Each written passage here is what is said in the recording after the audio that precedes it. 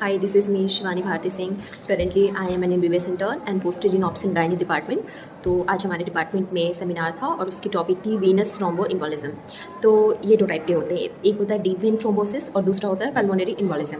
तो अब हम in pregnancy why this is important because जो ग्रेविड यूट्रस होता है, मतलब जो प्रेग्नेंट यूट्रस होता है, वो आपके पेल्विक वेन को कंप्रेस करता है, जिससे कि वीनस स्टेसिस हो जाती है आपके लोअर लिम्ब में। और दूसरा होता है बहुत सारे कोगुलेटिंग फैक्टर होते हैं, जैसे ब्लड की जो टेंडेंसी होती है वो कोगुलेट करने की ज़्यादा हो जाती है। क्यों? क्योंकि जब प्रेगनेंसी मतलब जब बेबी डिलीवर होगा तो बहुत सारी ब्लीडिंग होगी, उस ब्लीडिंग को कंट्रोल करने के लिए क्लॉट बनाने की ज़रूरत है। तो इसीलिए हमारी बॉडी पहले से ही उस चीज़ को प्रिपेयर करती है, राइट। तो अब हम इसमें पेशेंट हमारे पास कैसे आएगा? पेशेंट आएगा, एक प्रेग्नेंट फीमेल होगी जो आपके पास आएगी कंप्लेन लेके कि मेरे पैर में दर्द हो रहा है और स्वेलिंग है।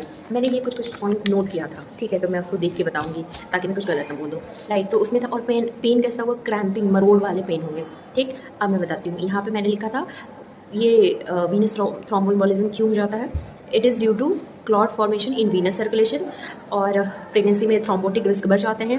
और हमने जो वर्चॉल्स ट्राइड पढ़ा था, मतलब कि 3 कंडीशन होनी चाहिए जिससे कि आपके क्लॉट फॉर्मेशन के चांसेस ज़्यादा हो जाते हैं। तो पहला था हाइपर कोगुलेबिलिटी स्टेट, दूसरा होता है एंडोथेलियल इंजरी, और तीसरा हो गया हीमोडायनेमिक चेंजेस और स्टेसिस।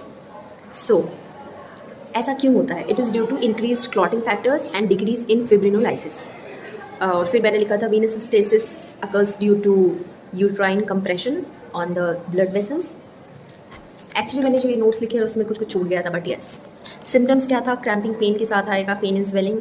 मेजर रिस्क फैक्टर हैं आपके, जैसे कि उसको प्रीवियस प्रेगनेंसी में भी वीनस थ्रोम्बोएम्बोलिज्म की हिस्ट्री रही है, या उसको इनहेरिटेड और एक्वायर्ड थ्रोम्बोफीलिया हो। अब एक्वायर्ड थ्रोम्बोफीलिया कौन से कंडीशन में होगा? प्रेगनेंसी में अगर एप्ला है तो उसको एक्वायर्ड थ्रोम्बोफीलिया होगा। इसका मतलब हुआ कि अगर एप्ला है तो उसमें थ्रोम्बोएम्बोलिज्म होने के चांसेस ज़्यादा हैं। वैसे हर एक फीमेल में ज़्यादा होते हैं, हर प्रेग्नेंट फीमेल रिस्क में होती है, बट इसमें ज़्यादा है।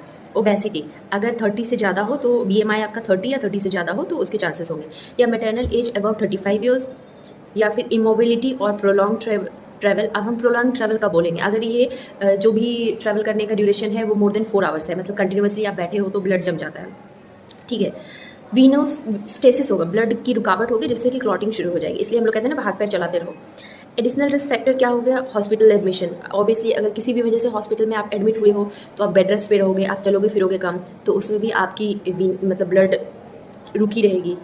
उसके बाद एक बहुत ही अच्छा पॉइंट था कि रिस्क फैक्टर में ना टाइप 2 डायबिटीज़ मेलाइटिस नहीं लिखा हुआ था, type 1 diabetes mellitus with nephrotic syndrome.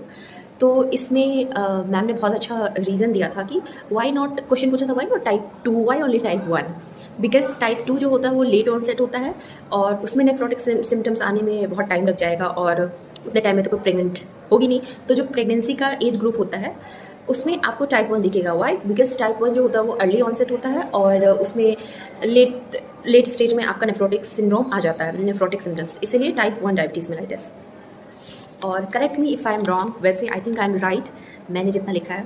और हाँ, एक पॉइंट था कि जो भी वो स्कोरिंग क्राइटेरिया था ना, उसमें था कि IVF या आर्ट हुआ है, आर्टिफिशियल रिप्रोडक्टिव टेक्निक किसी ने यूज़ किया है। तो जो हम स्कोर में काउंट कर रहे थे ना, उसमें एक होता है कि आपको स्कोर को काउंट करना है ताकि आप ड्रग के ड्यूरेशन, डोज और सारी चीज़ें डिसाइड करोगे कि कब तक देना है, ठीक है। तो अगर आप एंटीनेटल पीरियड, मतलब जब तक प्रेग्नेंट फीमेल है, प्रेगनेंसी के दौरान अगर आप डोज देना चाहते हो, दवाई देना चाह रहे हो, ठीक है, तभी आप IVF या आर्ट वाले को स्कोर में काउंट करोगे। लेकिन पोस्ट नेटल पीरियड में हम आर्ट या IVF वाले को काउंट नहीं करते हैं। ये वाला मैंने बहुत इंटरेस्टिंग पॉइंट देखा।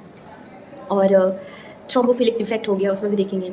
थ्रोम्बोफिलिक डिफेक्ट क्या हो सकती है? जैसे कि एंटी थ्रोम्बिन डेफिशिएंसी टाइप 1, जिसमें कि एंटी थ्रोम्बिन 3 डेफिशिएंसी जो है उसमें हम हायर डोज देते हैं। उसका कुछ था 50 फोल्ड कुछ, वो मैं समझ नहीं पाई थी। अब हम, अगर आपका एंटी थ्रोम्बिन 3 की डेफिशिएंसी है, आपने रीज़न पता कर लिया है, तो आप डोज खुद से नहीं दोगे, आपको हिमेटोलॉजिस्ट को रेफ़र करना है, वो टाइटर करेंगे डोज को, राइट। उसके बाद थ्रोम्बोप्रोफाइलेक्सिस पढ़ा था। थ्रोम्बोप्रोफाइलेक्सिस मतलब कि थ्रोम्बोसिस के चांसेस हैं, तो हम उसके प्रोफाइलेक्सिस के लिए हम दवाई तो देंगे, हम उसको ऐसे तो नहीं छोड़ देंगे। तो उसमें ऐसा था कि अगर जितने भी पेशेंट हैं जो भी प्रेग्नेंट है, वो मोर देन 3 डेज़ तक अगर हॉस्पिटलाइज है फॉर एनी रीजन, तो हम उसमें दवाई दे देंगे, ठीक है।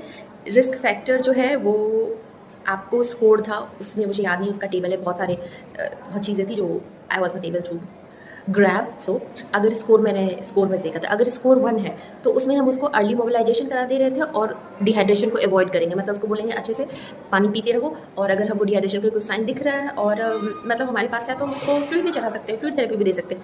अगर स्कोर आपका 2 to 3 है तो हम उसको 10 दिन तक ट्रीटमेंट देंगे, दवाई देंगे। अगर मोर देन 3 स्कोर है तो हमारा जो थ्रोम्बो प्रोफाइलेक्टिड है वो एक्सटेंड करेंगे।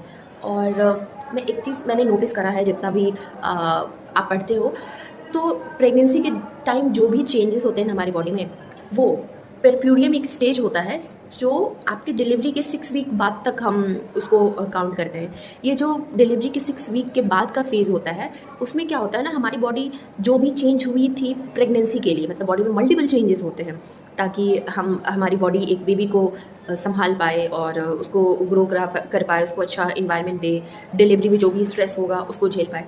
तो क्या होता है ना, उस 6 वीक में सारी चीज़ें नॉर्मल हो जाती है सारी फीमेल्स में, राइट। तो अगर हमें कोई भी रिस्क फैक्टर या कुछ भी है तो हम उसको मैक्सिमम 6 वीक तक ट्रीट कर सकते हैं, मतलब देखेंगे, राइट। मोस्ट ऑफ द चीज़ें ऐसा मैंने ऑब्जर्व किया है। और उसके बाद बॉडी नॉर्मल फेज़ में आ जाती है। अगर हाँ किसी को 6 वीक के बाद भी कोई दिक्कत हो रही है तो फिर वो थोड़ी दिक्कत की बात है, उसको फिर डॉक्टर अपने तरीके से देख लेते हैं। Currently I am not a big doctor, I am just नाम की doctor, I am very little one.